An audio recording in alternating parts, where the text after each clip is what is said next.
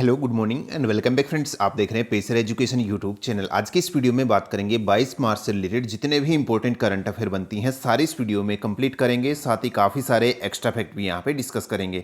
सो पूरे लेसन को ध्यान से और लास्ट तक आप जरूर देखिएगा। इसकी पीडीएफ आप डाउनलोड कर सकते हैं नीचे वीडियो के डिस्क्रिप्शन में से। तो देखिए, सबसे पहले हम बात करेंगे जो लास्ट वीडियो की क्विज थी आपके लिए। क्वेश्चन था कि मनप्रीत वोहरा को किस देश के लिए भारत का अगला उच्चायुक्त चुना गया है। आपका करेक्ट आंसर यहाँ पर ऑस्ट्रेलिया था, इसका बी वाला ऑप्शन करेक्ट था। ठीक है, चलिए अब बात करते हैं यहाँ पर आज की करंट अफेयर की। देखिए, पहला क्वेश्चन है आज का, भारत और किस देश ने अंतर्राष्ट्रीय पेटेंट आवेदन के लिए सक्षम अंतर्राष्ट्रीय खोज और अंतर्राष्ट्रीय प्रारंभिक परीक्षा प्राधिकरण जो ISA है इसके रूप में सहयोग के लिए एक सहमति जताई है। तो करेक्ट आंसर होगा यहाँ पर आपका जापान। देखिए, भारत और जापान जो है दोनों ने अंतर्राष्ट्रीय पेटेंट आवेदन के लिए सक्षम अंतर्राष्ट्रीय खोज और जो अंतर्राष्ट्रीय प्रारंभिक शिक्षा प्राधिकरण है इसमें सहयोग के लिए ये समझौता हाल ही में किया है। तो ध्यान रखिएगा, जापान इसका करेक्ट आंसर होगा आपका। चलिए नेक्स्ट क्वेश्चन देखिएगा, भारत ने किस राज्य को हाल ही में वन धन विकास योजना के लिए मॉडल राज्य घोषित किया है। तो आपका करेक्ट आंसर होगा यहाँ पर मणिपुर। देखिए, वन धन विकास योजना के लिए जो मॉडल राज्य चुना गया है मणिपुर को चुना गया है हाल ही में भारत सरकार के द्वारा।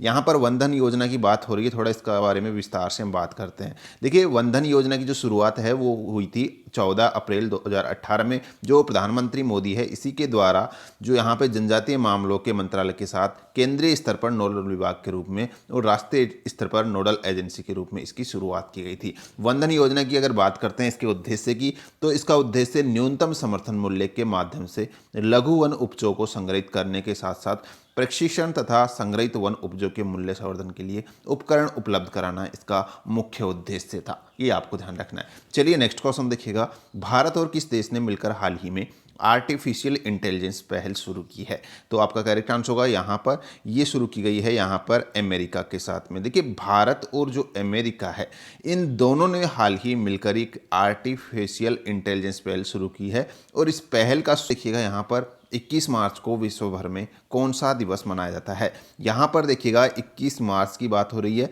पहला है यहाँ पर अंतर्राष्ट्रीय रंग दिवस या अंतर्राष्ट्रीय कलर्स डे भी इंटरनेशनल कलर्स डे मनाया जाता है। इसके अलावा यहाँ पर विश्व डाउन सिंड्रोम दिवस भी मनाया जाता है, ये भी यहाँ पर ध्यान रखिएगा।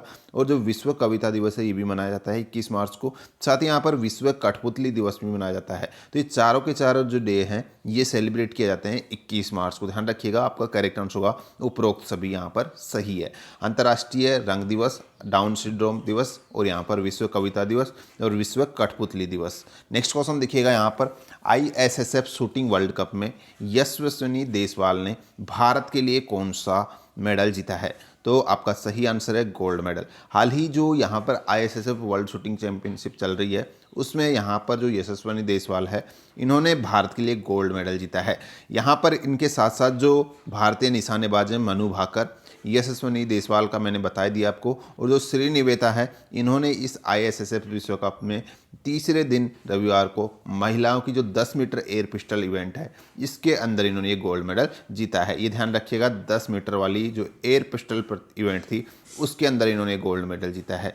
यहाँ पर पोलैंड को जो है पराजित किया था भारत ने, इसी के साथ इन्होंने इसमें गोल्ड मेडल जीता है। दूसरी ओर यहाँ पर जो भारतीय जो ऐश्वर्या प्रताप सिंह तोमर है, दीपक कुमार है और जो पंकज कुमार है इन्होंने भारतीय एयर राइफल पुरुष टीम के अंदर जो है कौन सा मेडल जीता है, रजत, यानी कि यहाँ पर जो सिल्वर मेडल है इन्होंने ये जीता है। ठीक है, नेक्स्ट क्वेश्चन देखिएगा अपना, खाद्यान्न और खनिज संशोधन विधेयक 2021 के तहत कैप्टिव खानों में कितना खनिज बेचने की अनुमति दी गई है। यहाँ पर देखिएगा, हाल ही में ये संशोधन जो खाद्यान्न और खनिज संशोधन विधेयक है ये हाल ही में पारित किया गया है, जिसके अंदर अब 1 वर्ष में निकाले गए जाने वाले खनिज का टोटल 50% तक का जो हिस्सा है वो बेच सकते हैं। ये इसके अंदर ये संशोधन किया गया है। ध्यान रखिएगा, कैप्टिव खानों से टोटल जो निकाला गया जो खनिज है उसका 50% तक का हिस्सा आप यहाँ पर बेच सकते हैं। नेक्स्ट क्वेश्चन देखिएगा, ग्राम उजाला कार्यक्रम के बारे में कौन सा विकल्प सही नहीं है।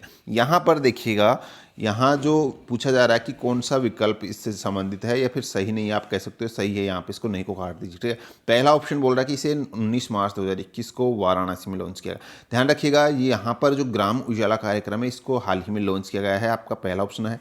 दूसरा ऑप्शन है यहाँ पर देखिएगा, प्रत्येक ग्रामीण परिवार के लिए केवल 10 रुपये में LED बल्ब उपलब्ध कराए जाएंगे, ये भी वाला भी सही है। और तीसरा ऑप्शन है यहाँ पर प्रत्येक परिवार को अधिकतम 5 LED बल्ब यहाँ पर उपलब्ध कराए जाएंगे, ये वाला भी सही है। आपके तीनों ऑप्शन सही है, करेक्ट होगा आपका उपरोक्त सभी सही है। थोड़ा सा विस्तार से बात करेंगे, यहाँ पर बात हो रही है ग्राम उजाला कार्यक्रम की जो हाल ही में शुरुआत किया गया है। देखिए यहाँ पर जो ग्राम उजाला प्रोग्राम है इसके तहत 3 साल की वारंटी के साथ एक परिवार में 7 वाट के 12 वाट के LED बल्ब का वितरण यहाँ पर ग्रामीण परिवारों के लिए किया जाएगा। यहाँ पर देखिए इसके पहले चरण में 5 राज्यों को चुना गया है जिनको सस्ती दरों पर ये LED बल्ब उपलब्ध कराए जाएंगे। और यहाँ पर इस पहले चरण में देखिएगा जो आ रहा है बिहार का, इसको शामिल किया गया है, वाराणसी उत्तर प्रदेश को शामिल किया गया है, विजयवाड़ा आंध्र प्रदेश को शामिल किया गया है और नागपुर महाराष्ट्र और पश्चिम गुजरात के गाँवों को जो इसमें शामिल किया गया है। ये ध्यान रखिएगा, ये इसका पहला चरण था जिसमें इनको शामिल किया गया है। नेक्स्ट यहाँ पे देखिए क्वेश्चन है अपना, हाल ही में अपनाया गया सिनात्रा डॉक्ट्रिन निम्न में से किस मुद्दे से संबंधित है। यहाँ पर देखिएगा बात हो रही है सिनात्रा डॉक्ट्रिन से, ये संबंधित है चीन के प्रभाव का खतरा से संबंधित जो है ये जो मुद्दा है उसी को लेकर ये खबरों में रहा है सिनात्रा डॉक्ट्रिन। ध्यान रखिएगा, थोड़ा विस्तार से अगर बात करते हैं, देखिए जो मध्य और पूर्वी यूरोप के सदस्य देश है इन्होंने विभाजन और शासन नीति के माध्यम से यूरोपीय संघ की एकता को कमजोर करने के लिए बढ़ती चीन की आक्रामकता को मुकाबला करने के लिए ही यहाँ पर जो ये सिनात्रा सिद्धांत है इसको स्वीकार किया गया। ध्यान रखिएगा, थोड़ा समझिएगा लैंग्वेज को, जो यहाँ पर चीन की जो आक्रामकता जो बढ़ रही है उसका मुकाबला करने के लिए ही यहाँ पर ये सिनात्रा सिद्धांत को शुरू किया गया है, जो यहाँ पर मध्य और पूर्वी यूरोपीय देश हैं इनके द्वारा। ठीक है, नेक्स्ट यहाँ पे यहाँ पर मार्च 2021 में जहाज पर हुई बैटल ऑन शिप बॉक्सिंग में विजेंद्र सिंह को किसने हराया। यहाँ पर करेक्ट आंसर होगा आर्टिस्ट लॉब्सन ने। देखिए यहाँ पर जो आर्टिस्ट लॉब्सन है इन्होंने हाल ही में भारतीय बॉक्सर विजेंद्र सिंह को यहाँ हराया इस बैटलशिप में जो हाल ही संपन्न हुई है जहाज पर, जो बैटल ऑन शिप इसको नाम दिया है। ठीक है, नेक्स्ट क्वेश्चन देखिएगा, डायटम परीक्षण जो हाल ही चर्चा में रहा है किस लिए किया जाता है। यहाँ पर डायटम परीक्षण, डायटम टेस्ट की बात हो रही है, ये किया जाता है कोई व्यक्ति जिससे डूबने से जिसकी मृत्यु हुई हो, यानी कि कोई भी व्यक्ति जिसकी पानी में डूबने से अगर मृत्यु होती है तो उसके लिए डायटम टेस्ट किया जाता है। अभी ये काफ़ी चर्चा में रहा है, आपने सुना होगा अखबार की सुर्खियों में जो मनसुख हिरेन जो केस अभी चल रहा है, ठीक है, उन्हीं की मौत के मामले में महाराष्ट्र आतंकवाद निरोधक दस्ता है, उन्होंने 25 लोगों के बयान दर्ज किए हैं, साथ ही इस मामले में डायटम टेस्ट भी किया है। तो यहाँ पर ध्यान रखिएगा, ये डायटम टेस्ट अभी मनसुख हिरेन जो केस चल रहा है उसके संदर्भ में हुआ था। ठीक है, यहाँ पर थोड़ा सा विस्तार से बात करते हैं सिंपल वे में डायटम टेस्ट की।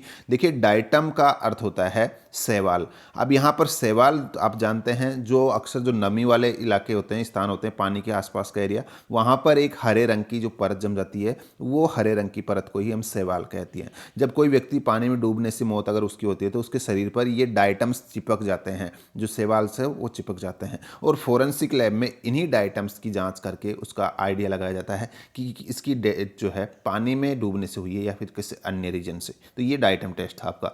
नेक्स्ट क्वेश्चन देखिएगा, संविधान अनुसूचित जाति आदेश संशोधन विधेयक 2021 के द्वारा किस राज्य की 7 जातियों को देवेंद्र कुल वेलार्स नाम के तहत लाया गया है। तो आपका जो तमिलनाडु है ये इसका सही आंसर होगा, सी वाला ऑप्शन करेक्ट है यहाँ पर तमिलनाडु। ठीक है, नेक्स्ट क्वेश्चन देखिएगा, कॉस्मिक वेव की पहली तस्वीर लेने के लिए किस उपकरण का उपयोग किया गया है। तो जो यहाँ पे MUSC इंस्ट्रूमेंट है इसी का उपयोग यहाँ पर किया गया है।